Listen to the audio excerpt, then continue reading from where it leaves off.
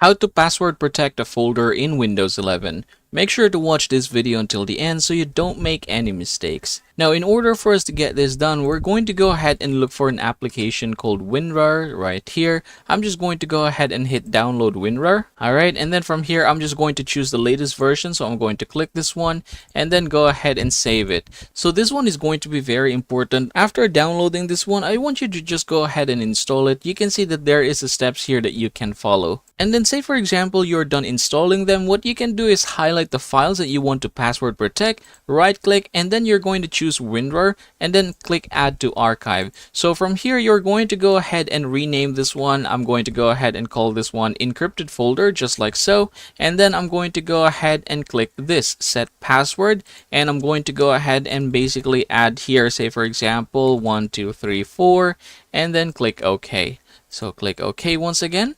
Alright, there you go. So as you can see, we now have this folder. Therefore, we can delete these two files right here.